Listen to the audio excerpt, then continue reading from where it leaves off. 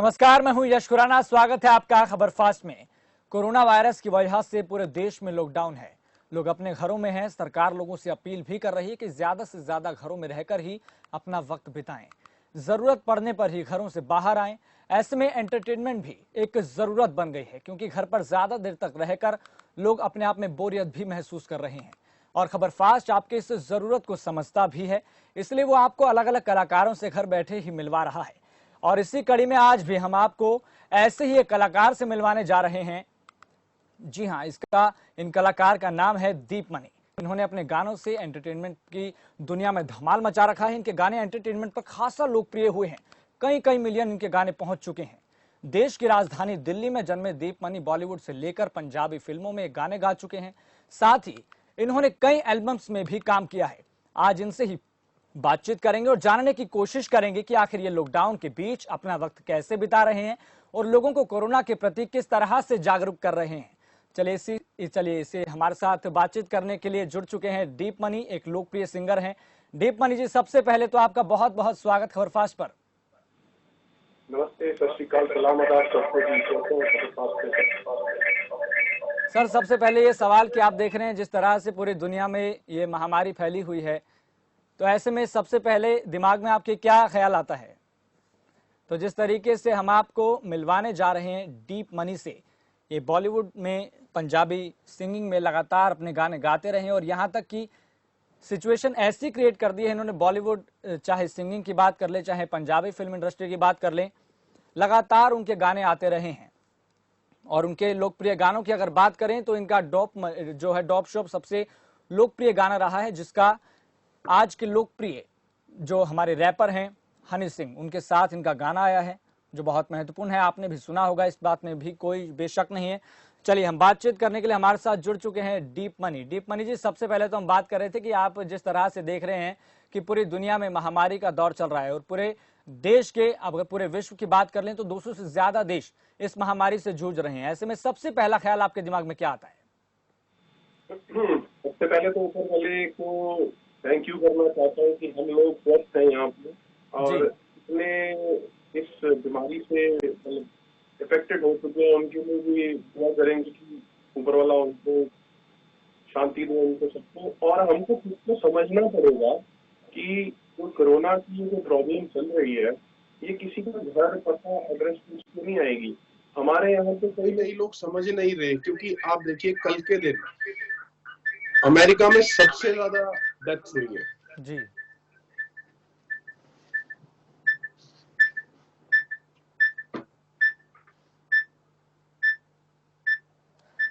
तो दीप मनी जी, जिस तरीके से आपके दिमाग में जो चीज आ रही है वो बिल्कुल लाजमी भी है और आनी भी चाहिए। ऐसे में आप इस घर पर रहकर आप किस तरीके के आपका स्केड्यूल रहता है, दिनचर्या किस तरीके की रहती है, किस चीज में आप ज्यादा समय बिता रहे हैं? देखिए, टाइम टेबल होता है सर, एक सबको अपनी लाइफ का एक टाइम टेबल बना लेना चाहिए, क्योंकि अभी तो मेरे को लगता है कि लॉकडाउन और बढ़ेगा। क्योंकि आज जैसे आज और कल में जितने केसेस आपने देखे हैं वो इंक्रीज हो गए हैं, चाहे सेंट्रल गवर्नमेंट ने या सबने छूट दे दी है, पर सोशल डिस्टेंसिंग का जो मतलब इतना खराबी चल रही है, मेरे को नहीं लगता कि ये जल्दी लॉकडाउन खुलेगा। और फायदा भी नहीं है अगर आपके केसेस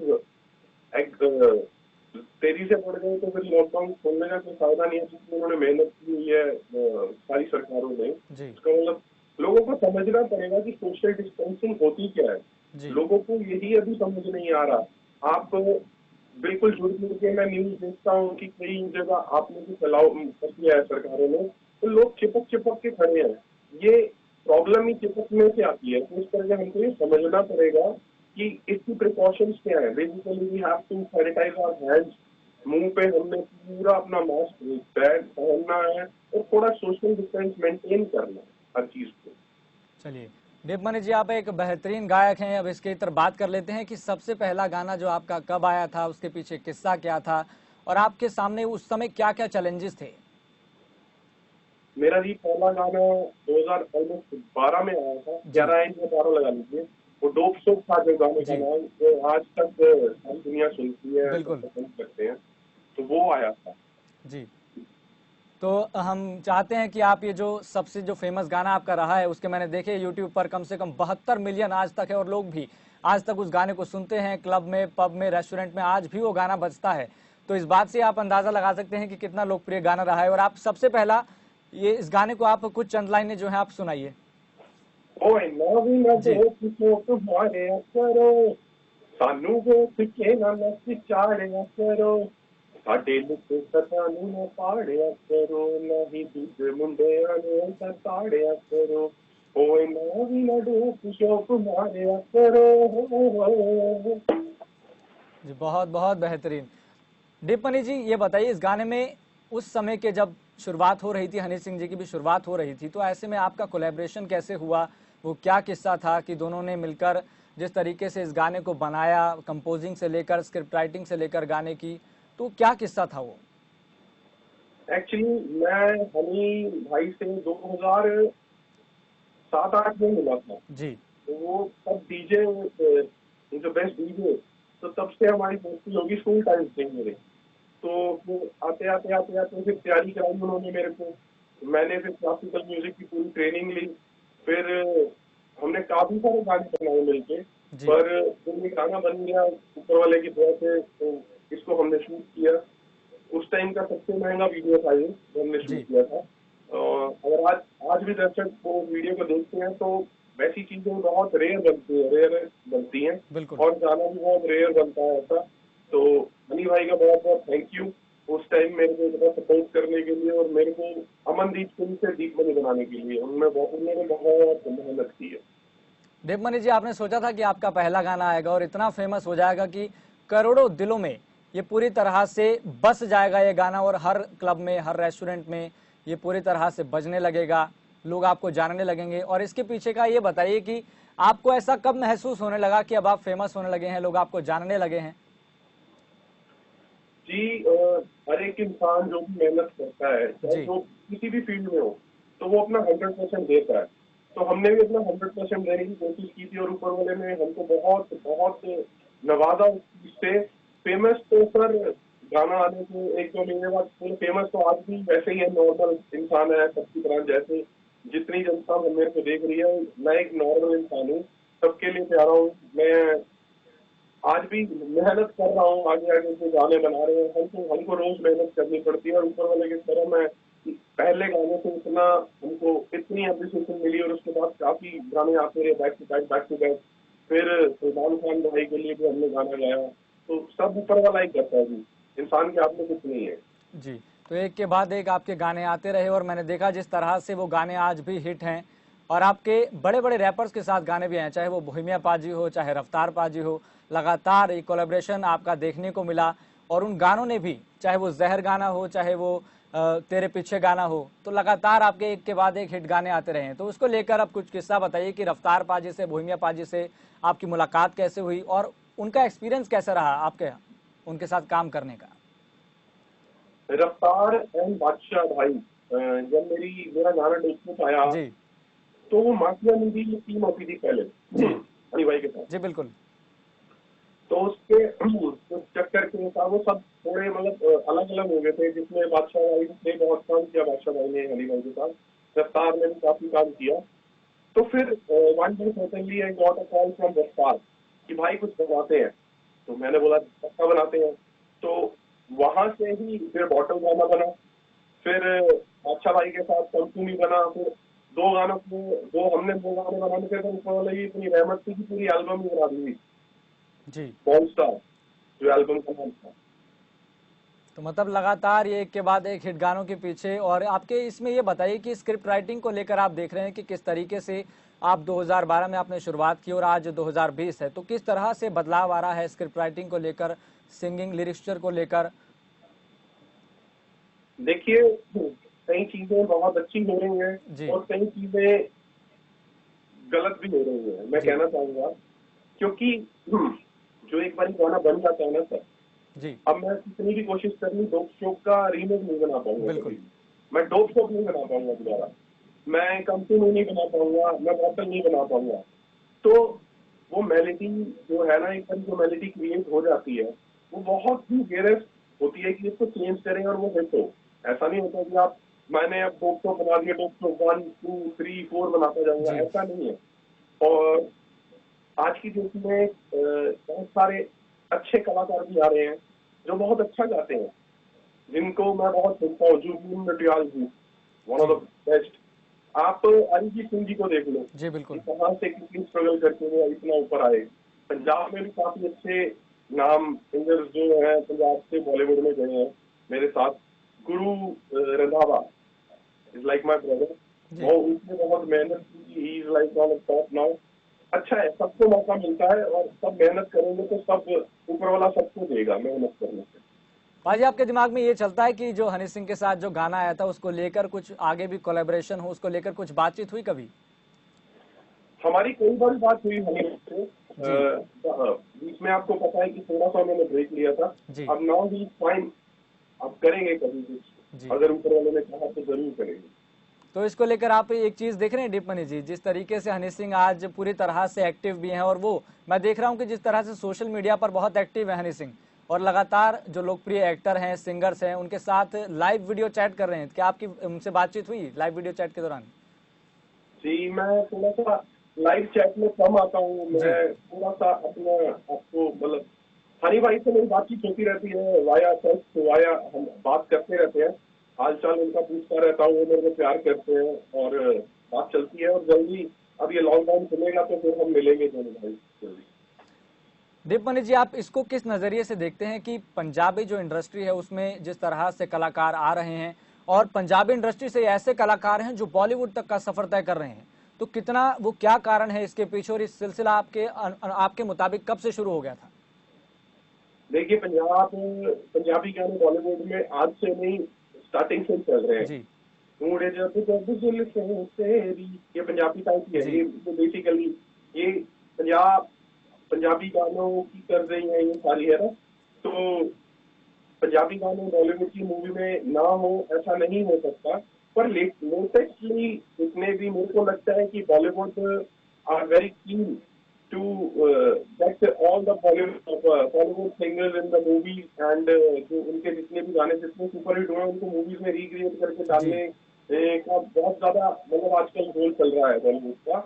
पर कहीं ना कहीं अच्छा भी और कहीं ना कहीं गलत भी है, क्योंकि वो नई क्रिएटिविटी है जिसमें नए लोग लिख रहे हैं, वो कहाँ जाएंगे। जी हाँ जी, आपका भी गाना आया हिरिया फिल्म में 2018 में, उसको लेकर कुछ चंद लाइनें जो हैं उस गाने की प्लीज सुनाइएगा।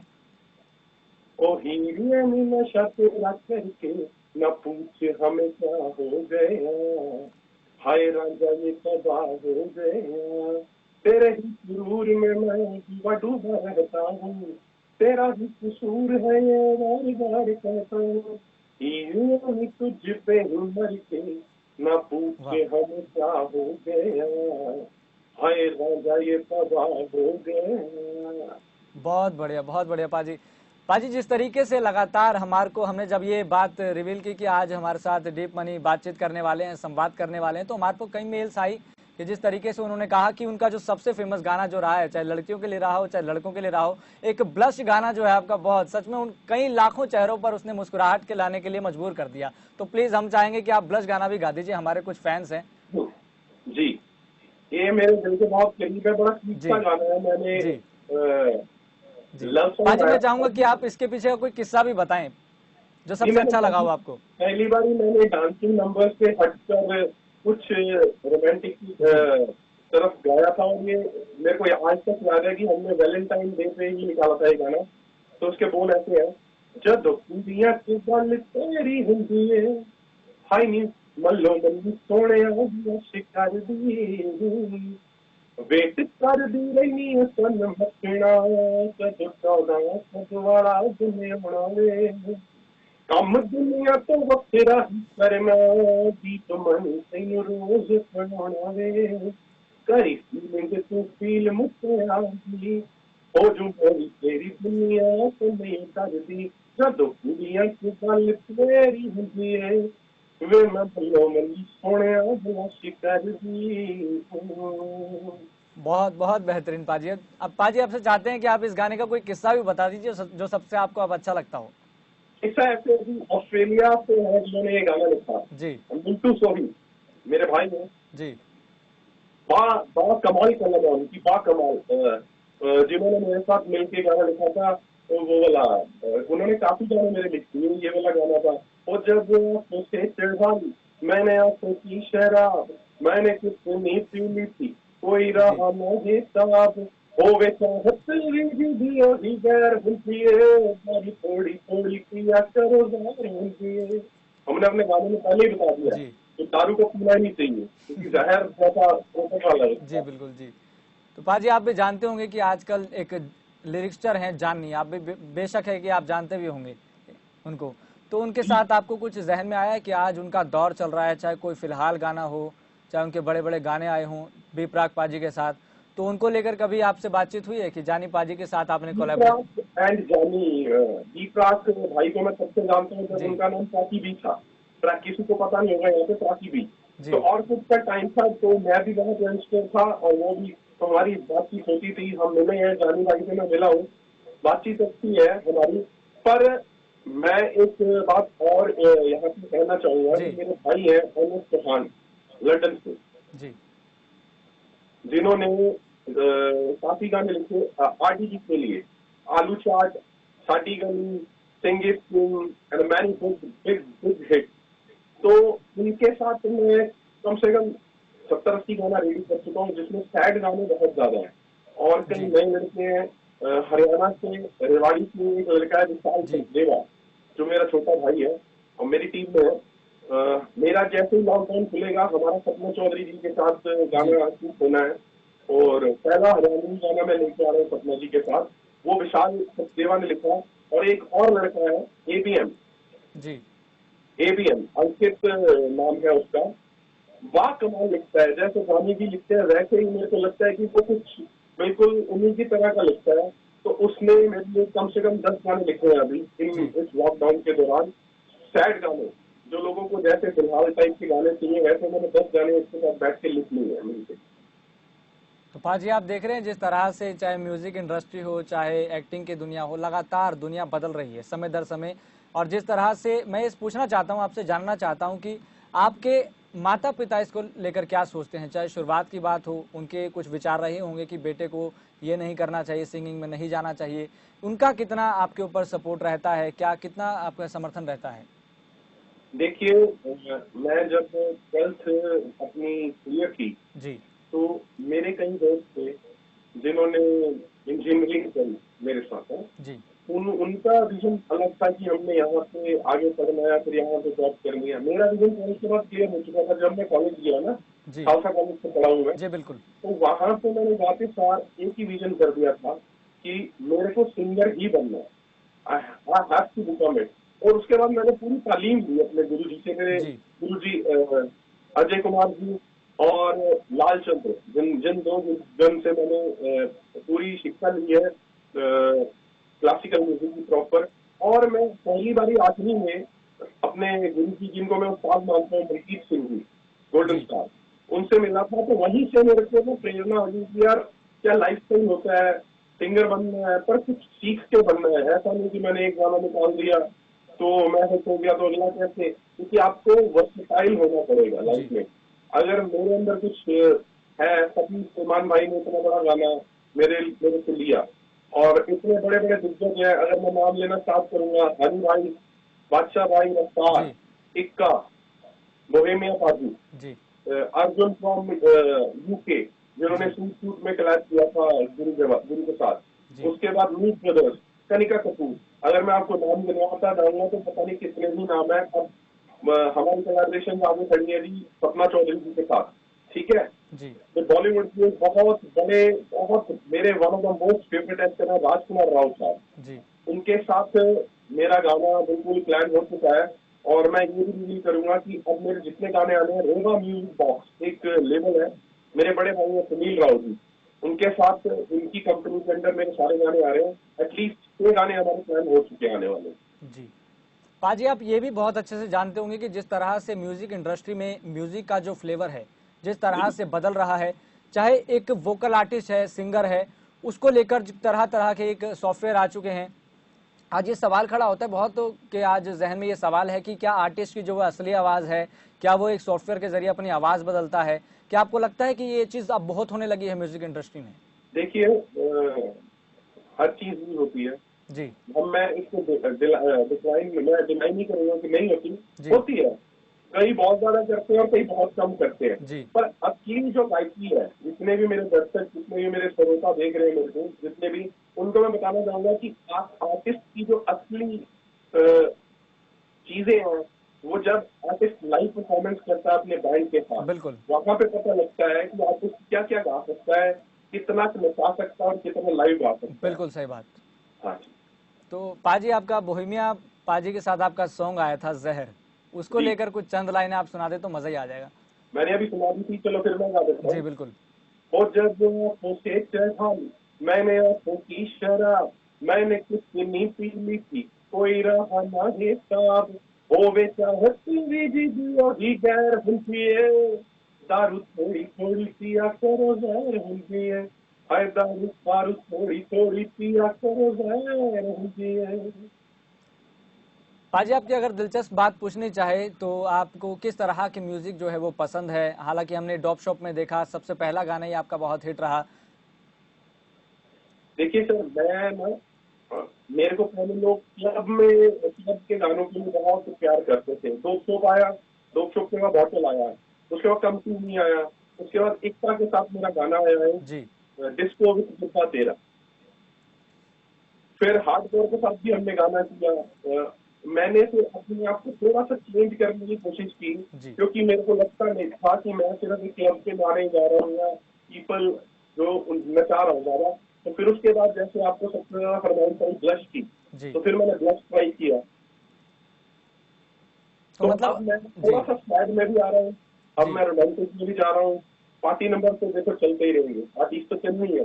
ये पैराडाइम कितनी देर का भी है, महीने में खत्म हो जाए, 2 महीने में खत्म हो, 3 महीने में खत्म हो, इसमें खत्म होना है। एंड यू नो कि हमारी जो धरती है वहां पे बहुत ज्यादा पार्ट पूरा चल रहा है। मैं अपनी सरकारों का बहुत शुक्रगुजार हूँ, नरेंद्र मोदी जी का, दिल्ली के चीफ मिनिस्टर जी का, जो इतना कुछ हमारे लिए सब कर रहे हैं। ठीक है जी, हमको थोड़ा सा सबर पेशेंस रखनी पड़ेगी, क्योंकि ये जितनी जल्दी वायरस आया उतनी जल्दी जाएगा जरूर, 100%। और आज अगर आप देखेंगे तो वातावरण कितना क्लियर हो गया है। हम मई के अंदर है, ठीक है सर, शाम को इतनी ठंडी हवाएं चलती है, पेड़ पौधे इतने क्लियर हो चुके हैं।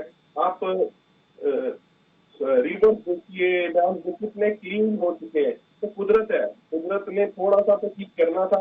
और मैं दुआ करूंगा ऊपर वाले से कि अब ज्यादा परीक्षा मत लेकर इसको ठीक करें और जल्दी जल्दी हम सब अपने कामों में जाएं, हम एंटरटेन करें और अच्छी जिंदगी व्यतीत करें सारे लोग।